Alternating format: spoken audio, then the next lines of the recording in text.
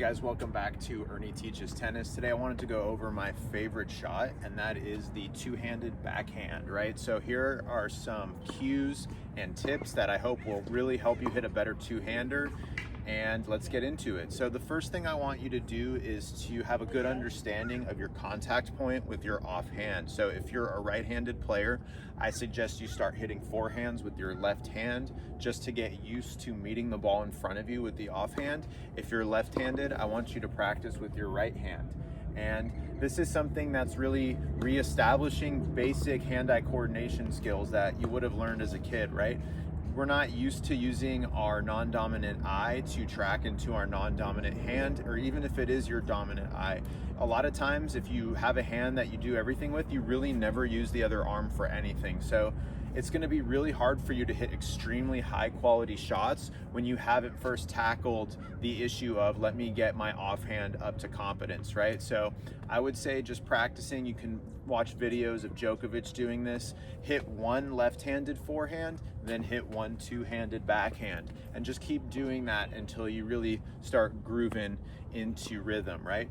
Number two is I want you guys to really find the grip that works for you.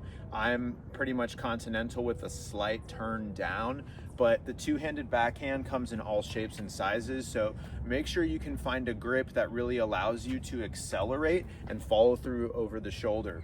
And that brings me to the shoulder turn. The shoulder turn is extremely important with both shots. And what's funny is because your forehand, you have that offhand here, if you're not consistent with your offhand on the forehand, your shoulders are going to be opening up very inconsistently. So you might notice that a lot of beginners actually hit backhands better because they have both hands on the racket and their shoulders turned more precisely, right?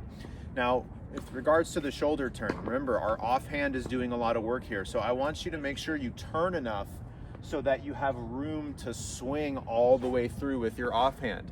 If I don't turn and I start my swing here, right here, I've already lost all of my extension and I can't do anything. So the more that I turn, the more I can accelerate and follow through.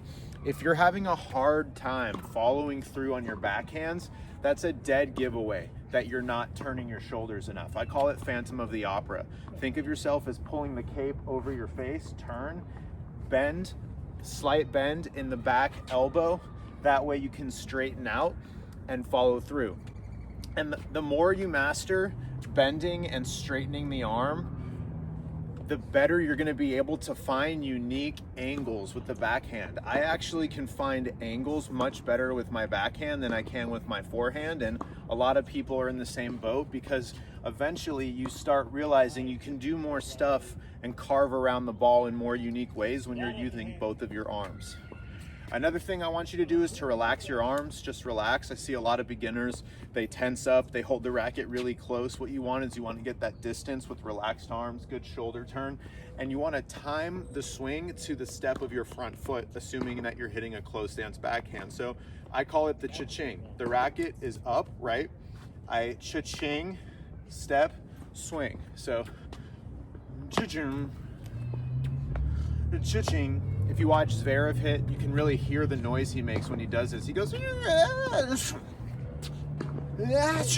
right? So I want you to really time that footstep, racket goes through. And you'll notice that with the backhand, you can swing as hard as you want, and you'll be able to stabilize with the offhand, and the ball will stay in, right? So time the step swing, turn, relaxed arms, step swing, right? So those are some basic things that I think are going to really help you get your two-handed backhand dialed in, right? So first, we're going to have confidence and really understand the contact point being in front of us with the offhand.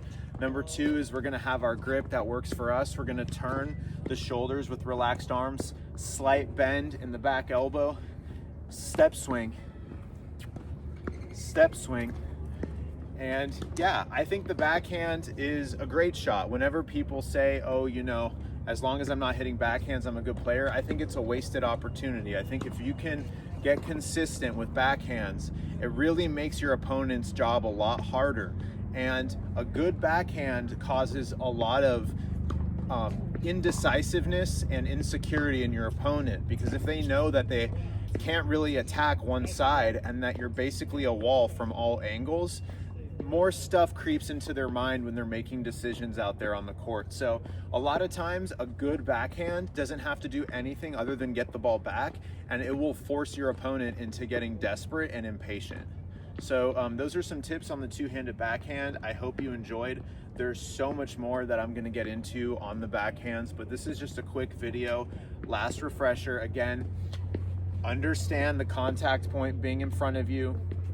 Make sure you're turning your shoulders enough. If you're not turning your shoulders enough, a dead giveaway is you can't finish your swing and you have a hard time following through. And then I want you to time the racket drop and the swing to your front foot dropping. So cha-ching, cha-ching.